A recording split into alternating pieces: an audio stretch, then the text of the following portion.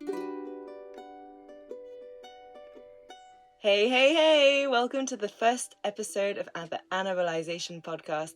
I'm so happy to be here today with Petra, my dear friend Petra, and I can't wait for you to get to know her better. And me too. I want to hear all her secrets.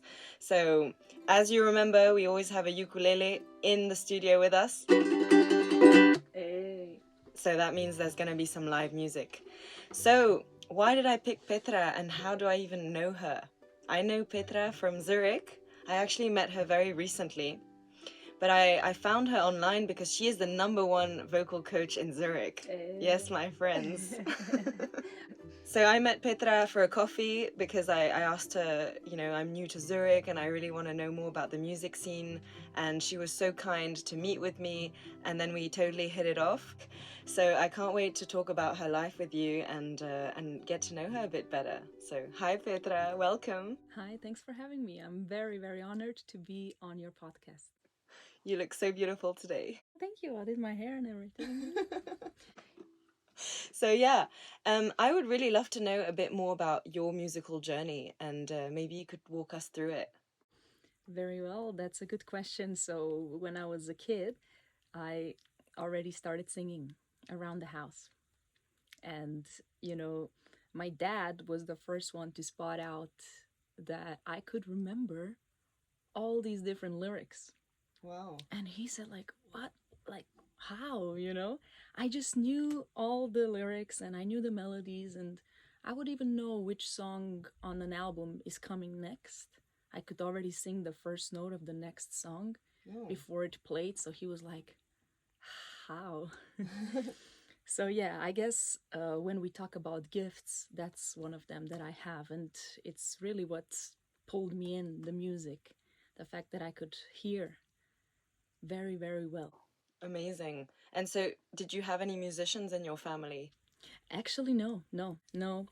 And later, I found out that my grandfather, he knew all the lyrics as well. And he was like the village's top singer or whatever. And my dad would tell me, yeah, he could sing the main, but he could also jump on the second voice or the third voice. Okay, so it does run in the family. I think so, yeah. And my cousin, he has a punk band in Zagreb, and also my other cousins, she's a Croatian teen pop star. So yeah, I think there's something there in the blood for sure. But other than that, the talent and the gifts, I think it's a lot of work as well. Yeah, of course. So I know you as a vocal coach and also a choir conductor. Mm-hmm. But I remember when we first met, you told me about your own career as a solo artist in a band. So I would love to hear a bit more about all this. What made you start this journey? So the journey with music, I was pulled into it. And so when I was studying musicology, I met this researcher. She was from Vienna, and she was actually an ethnomusicologist.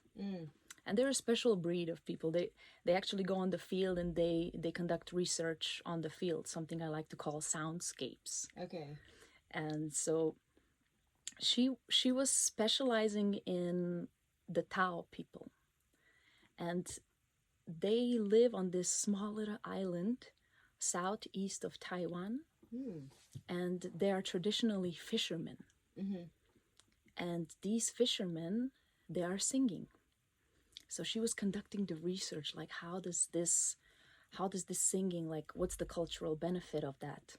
And she realized that they are holding the notes so that the other ladies in the village would find them attractive. Oh. And the reason these singing fishermen do that is because the longer you can hold the note, the lower you can dive. Yeah. Your lung capacity is bigger. The more you can provide for the family. The more you can provide for the family. So these singing fishermen, they are fishermen, they are singing to attract the ladies. Wow. Yeah. Okay. So think about that. Imagine if we would choose our men like that. It's true. That is one of my criteria, Petra. How long can you hold the note? What's your lung capacity? Yeah, that's a great question, instead of asking what your salary is. Okay, okay, so you said you were pulled into it. So you just basically loved singing from a really young age. You were singing Yes. in your home. You knew all the lyrics. Yes. You were already quite a natural with it. Yes. But then what made you start writing your own music and then trying to make a band and produce? I can hear things. I hear the note AOs in my mind. And so that was helpful. So in my brain, it's like a musical brain. So I hear a note from the environment, and then I immediately think of a song that has that note inside, and I start singing it in my mind. So it's really easy for me to compose in my head from the random notes I hear from the environment. Yeah. And then maybe I'll start with the melody I know, but then I'll start twisting it around, play with it, and that's how my first songs would come about. I think I was around 6 years old when I wrote my first song. Yeah, that's amazing. So you started really young. Yes, and this teacher who was in Ljubljana, he was like a violin teacher. He basically discovered my talent. He said I had like the best ear that he's seen like a long time, and he convinced my parents. Oh my God. To take me as his student, and my father disagreed. He was like, there's no way you're gonna make money with music, like let's just stop this nonsense right away. He was kind of scared. That's quite interesting to have this a bit of a resistance in your family about you becoming an artist. What about the culture in Ljubljana? What do you think how does it view artists? Well, we have a lot of mixing influences. Stuff from Italy's coming, from the Balkans, from our neighboring country, Austro-Hungarian Empire, like left a lot of things. So of course the exposure to the American music. Yeah. And so I grew up in a very cool environment where I could just listen to ex-Yugoslavian rock, but also like Britney and like just classical music. So it's just like a very good hub for a young person to be in. Wow. Yeah. So lots of different it's very open then, you would say, culturally there. Yes, it's already quite mixed from all the people from Serbia, from Croatia, but also from other countries, and it's a great hub it was a great hub for me. And then later when I moved to Berlin, I just went like, okay, now I got all these Latinos as well, and like all these people from Spain and Italy, and that's how I formed my band. We are all from different countries. So the guitarist is from Barcelona, and the bassist is from Italy, and then the drummer was from Sweden. Oh, wow. Okay. So really we all met there and just blended it all together and made like a funk rock project that I'm really proud of, yeah. Amazing. What is it called? The band is called Manono, and maybe we can listen to one of the songs so you can see for yourself. Sure. Yeah, let's do that.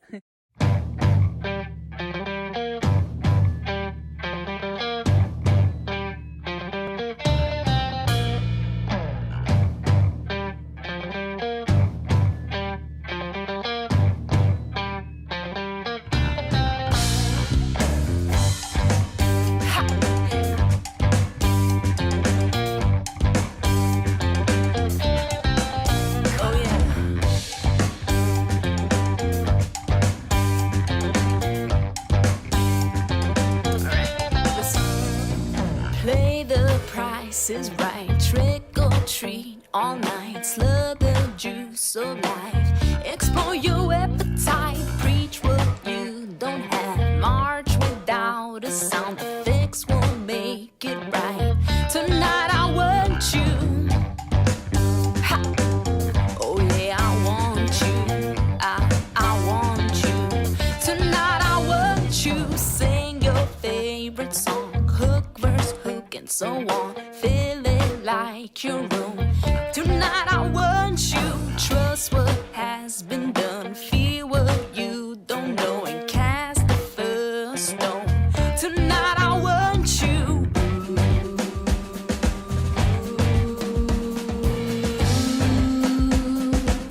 Oh yeah, I want you.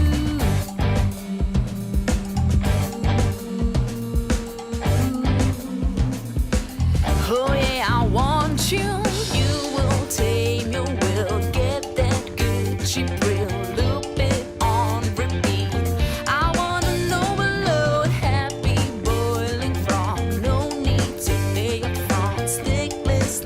to flow. Tonight I want you.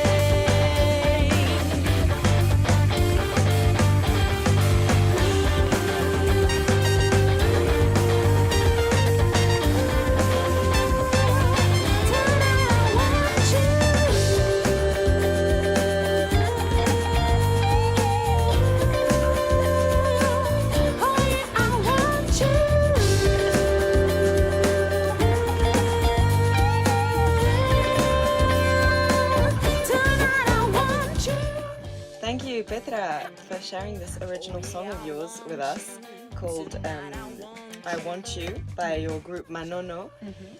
So hearing this song, it sounds like, yeah, you have a lot of energy in your band, a lot of masculine energy, like you were saying, with all the instruments.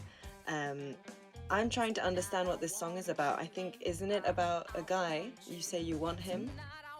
Yeah, no, not really. It's Berlin as the city Oh.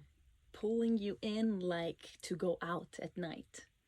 So my voice tonight, I Want You, is the voice of the city, the hustle, the party scene, and just like play the Price is Right, trick or treat all night, slur the juice of life, explore your appetite.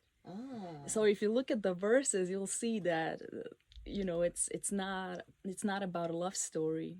Wow. I'm trying to describe Berlin. Okay. And in the text. Wow, this is really insightful because I wouldn't have guessed that. So would you say, when did you write this song? When you were in Berlin? I wrote it with the band. And I wrote it together with my guitarist at the time, Vlad, who was like, okay, let's do it like with the juiciest words possible. So we came up with these words that sound juicy. So it's kind of like a concept that Anthony Kiedis does a lot, where if you just see the words, they don't make a lot of sense, but phonetically They're juicy. They're so juicy, So interesting. So the Price is Right, trick or treat all night, Yeah. So it's very, very fun to sing. It's true. I'm realizing this now. So interesting. Yeah. And you're just taking your audience on this journey through the night of Berlin, and then all these trumpets, they come in, and the chorus, whoa, whoa, whoa, is the night pulling you in. I'm like, yay, party, yay. So I want to go party right now.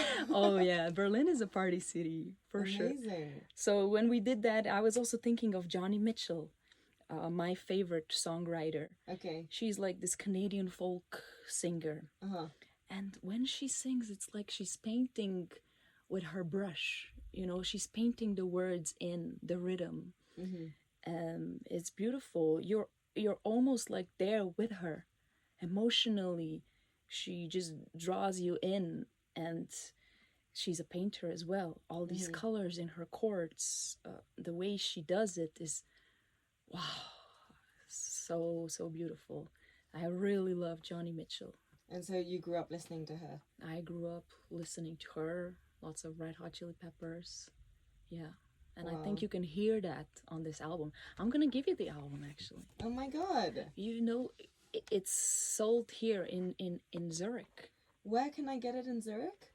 There's this vinyl shop, like super nice, next to Burgli-Platz. Okay, I'll share the details in the comments. Yeah, by Rena. Okay. And this is so cool. Yeah, you can get it there as my vinyl. Oh my God.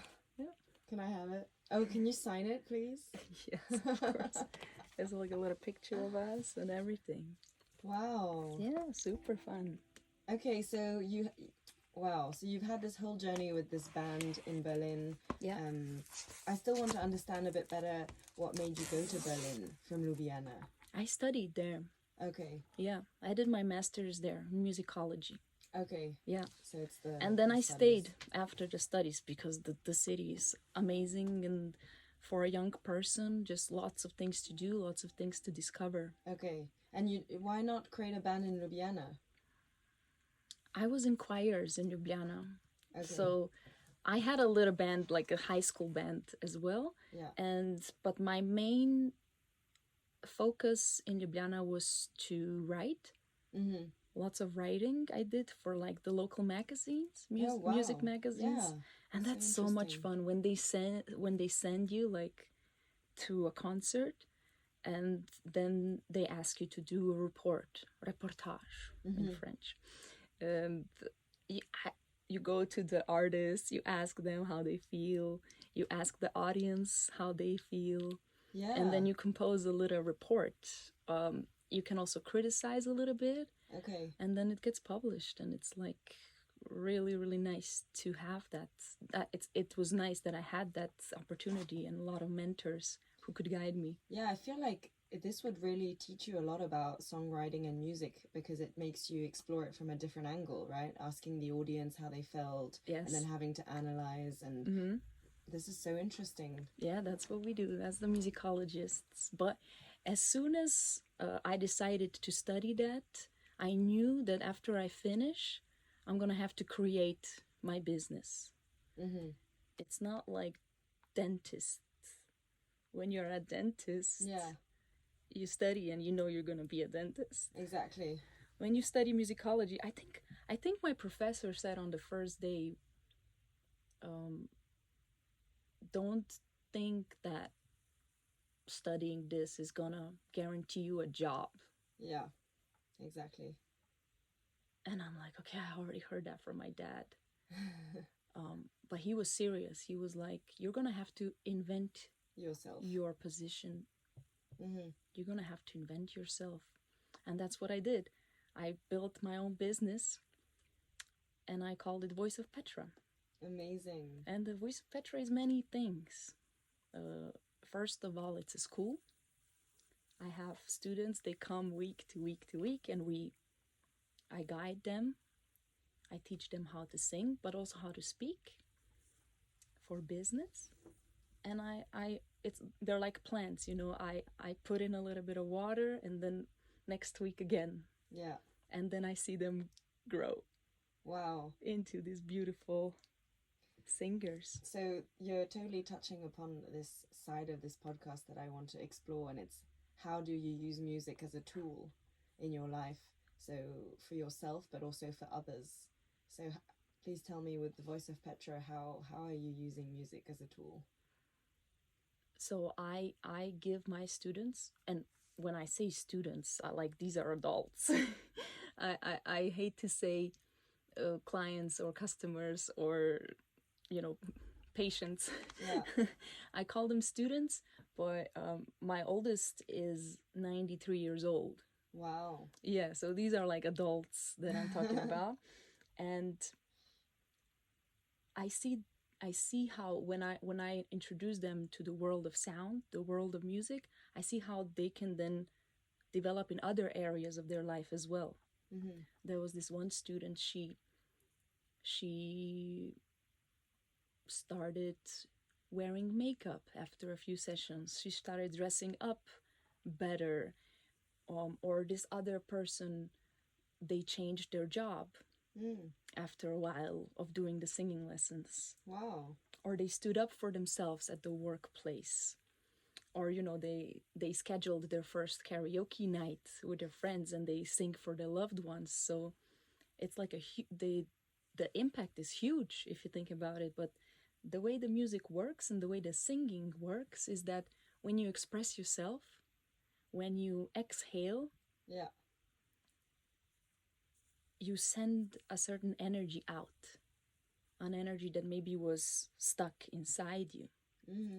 And a lot of people are afraid of that, so they keep it to themselves. But through a song, you can release it. Wow, that's such an interesting side of it. I've never heard it like that before. And we do that when we talk as well, but we're not aware of it.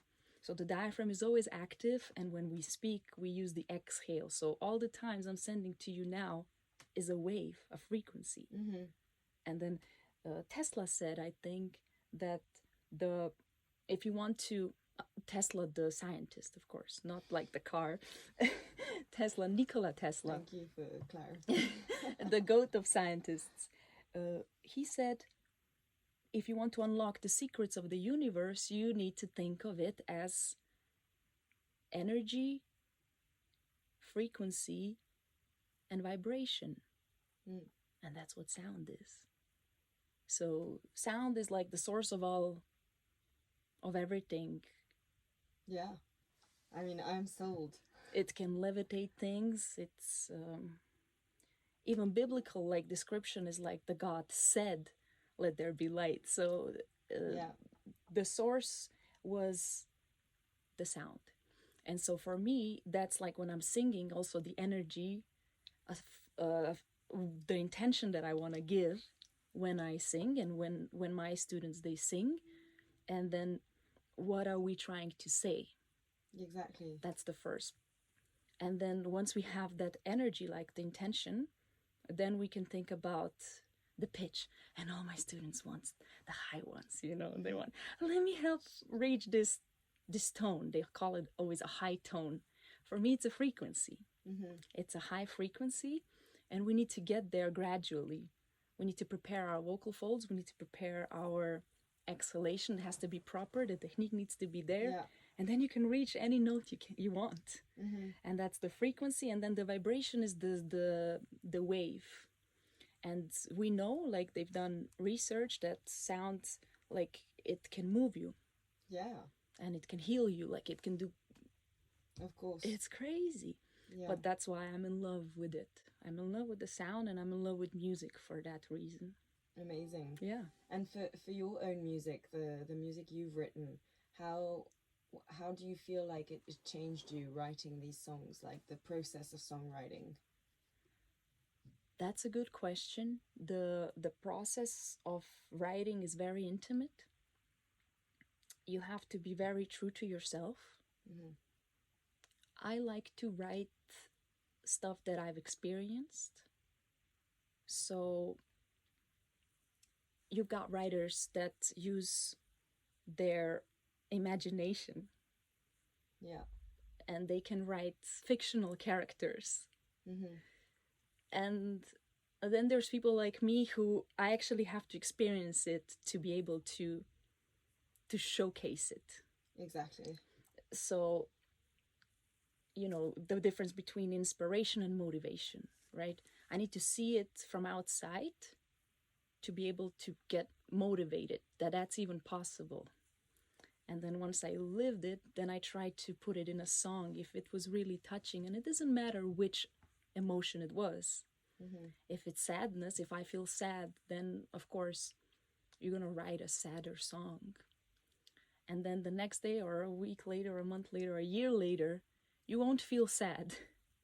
But you have to remember what it was when you were sad. And you have to sing it from that perspective. Otherwise, you won't move a person. And how does that make you feel to, for example, revisit songs that used to make you feel sad, and then you sing them again, and even though you're not sad about it anymore, you have to put yourself in those shoes again? It's kind of cringy, I have to admit. But I'm sure you know it too, right? You write a song, and then it meant so much to you, and then a year later you're like, okay, whatever. But the song stays, and the reality is it's still true. Of course, it is. And for some people, they're still gonna connect to that specific moment, so you still perform it. As a performer, you still need to go there a little bit.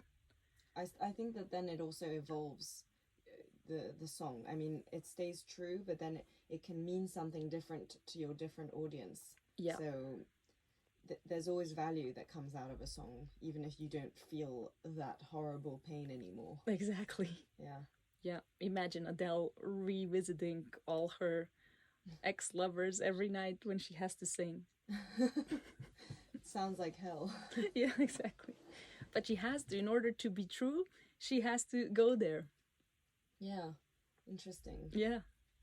Do you think this capability of revisiting past emotions, like how do you think that impacts people?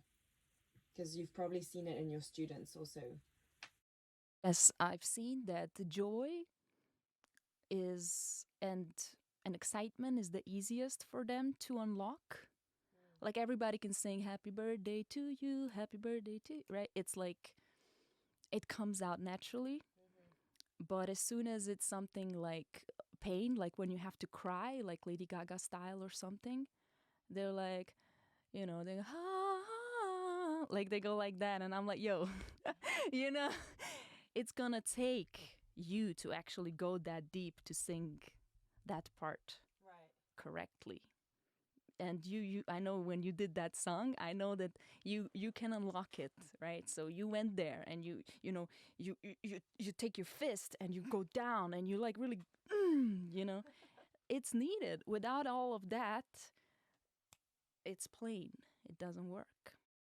I'm really curious to know more about the sort of evolution that you've seen in your students, because you are really, I mean, you're playing a pretty important role, I think, in their human development in a way, because I mean, it depends where people come from, if they're super musical from their childhood or not. But would you say your students, a lot of them, they come to you and they haven't had a lot of experience yet with music, and so you're really introducing them to the concept?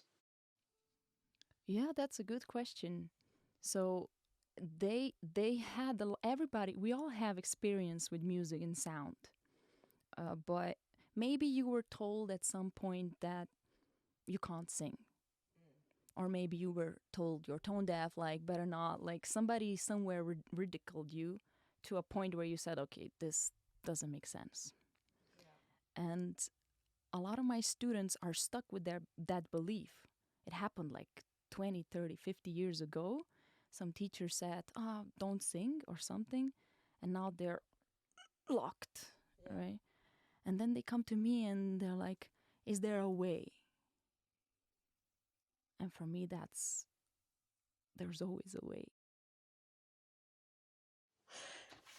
Yeah, thank you so much for sharing all that. I have another question for you, Petra. I would love to know, for you, as having started out in a choir and then become a solo artist in a band, and now you're at the stage where you're really mentoring people and actually providing them with these tools that music gives us. I wanted to know, how do you feel about this evolution? Do you ever regret some parts of when you used to be in a band? Do you miss it? Or how do you balance the way that you use music in your life and how you're teaching it? That's a great question. So for me, it's all intertwined. Like I like to listen. So I love to inspire people, but I also look for motivation in my students. They teach me as much as I teach them. I need to see that something is possible. I cannot imagine it. So when I see that my student grow grew over the weeks, that's hella inspiring for me. And then I know, oh my God, I can grow my piano skills, or I can maybe become a better performer because of it. I learned something new, and then it's very rewarding because it's kind of like a cycle. The student comes and is maybe a bit sad, like tired from work, and then we exhale, we go through our exercises, they wake up, they start singing, they fall into the vibe. Yeah. And they start smiling. And that, so within 1 hour of a session, I get all my effort that I put in is immediately back, because I can see the transformation. And that's why I call my program Vocal Transformation. When I teach the business people, I say, you're going to go through a little vocal transformation now. Yeah. You know already the what you want to say. I'm not gonna go there. You know, you are the expert. You know what you want to say. I'm just gonna teach you the how. Mm-hmm. And then we do a little vocal transformation. So um, I use my skills to the best of my abilities in all different fields. So whether that's writing music or teaching somebody about music or writing about music in a Yeah. text, um, I'm still gonna love it. I still enjoy it. And maybe with the teaching, the fact that it's so rewarding is because the gratification is instant. Um, your relationship with music, like what it means to you and how it changes you also and how you express yourself with it. Has that relationship changed now that you're more of a teacher and less focused on your band? Yes, of course, because now that I don't have the band, I need to think about everything. When I was in the band, I focused on the lyrics and the melody. And nowadays, when I experiment and when I write music, I need to think about the chords and the rhythm as well. So yeah, it it it's a I'm not gonna say struggle, but it's challenge. It's a challenge, and but that's for me the fun. The Yeah. fun for me is, all the time moving forward. I don't hear like Johnny Mitchell and see how brilliant her art is and then say, oh, I'll never reach that, let me just stop right now. Yeah. Like, that's not it. No. I see it and I'm inspired, it motivates me. And then I'm like, how did she do that? That's the musicologist mind. How did she do that? Let me break it down. Let me try to tear the song apart, check the elements. What's happening? Why is this particular set of words or chords moving me in such a distinct way? And then I put it into my writing as well. Okay. And the students, they just give me more of more material. I see. And then of course the life in general, like, I think we never stop. No. We Actually, Yeah. personally, I'm not teaching like Yeah. you are. I'm more in the artist phase where I sing on stage a lot. And Yeah. it sounds so rich to have students and to have this feedback with them and then see how you transform them. So I would also really love to know a bit more about your musical community back in Ljubljana, because I know that's where you grew up. And I just want to hear about how that shaped you also in your musical journey, and how do you still visit them today, to this day? Do you still have a relationship with that community? There's this choir scene in Ljubljana, Wow. and everybody is in choirs. Like, it's a huge thing. So we are actually winning like a lot in the world. So when I was 19, we would go on this tour and we would go to festivals and we would collect all the awards in China, in the Philippines. We have a deep history we have a connection, historical connection to choir singing. So I was just fortunate to be born there and to be a part of that. And yeah, something happens when you sing in a group. It's hard to explain, but voices joined together create happiness. And then harmonizing together is just like, for me as an audio person, just like, wow. Yeah. But already singing one line is already like, that's why we sing to each other, right? That's why you sing the happy birthday, everybody together singing for you. It's a gift. I would love to ask you another question, Petra, about how you came here to Zurich. How long have you been living here? And also, how do you feel about the musical culture in Zurich, coming from Ljubljana and coming from Berlin? So I moved here because of my wonderful husband. Oh. He was already living here when we decided that we want to be together, and I moved from Berlin for him here. Wow. And yeah, so the music scene in Zurich is not as big as in Berlin. Mm-hmm. So I wasn't able to form a band yet here or something like that. In Berlin, it's way easier to do that. That's for sure. But what I see is a lot of potential. Mm.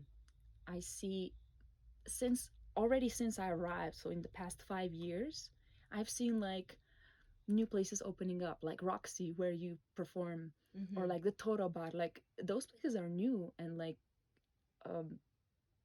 the choirs that I started, you know, the knowledge that's pouring in from everybody that's moving in, I think it's really like starting to grow. Okay. And I'm happy to be a part of that movement. Yeah. So yeah, I'm excited. And you know, a lot of artists, they come here to perform because it makes sense financially for them. Mm.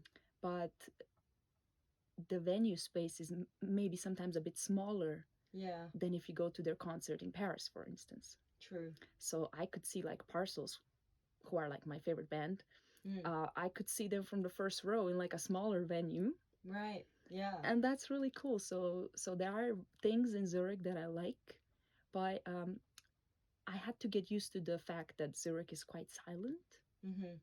At first I was like, oh my god, please somebody fart or something. like, I don't hear anything. Are people alive? Like, what's happening? Because I came from Berlin, 5 years in Berlin. Yeah, exactly. And Berlin is just like noise, like all the time. Like, so, Exactly. so I moved here and it was like silence. And people whispering and so on. And at first I was like, what? But later I started to appreciate it. Mm-hmm. Especially as a person who's like very audio. Like I even listen to books. I don't read them. I listen to books. Okay. So like my ears are like an asset, you know. I'm like very focused on what I hear. True. Yeah. And so I was like, wow, this is nice. You know, I hear my thoughts. I hear my melodies. Do you think the fact that it's much quieter and people are a bit more shy and quiet in Zurich, that then it also changes the music scene, and it means that different styles are more appreciated than others, or certain artists are going to be more successful, or they'll find their niche easier? That's a great question. I never thought about it. I think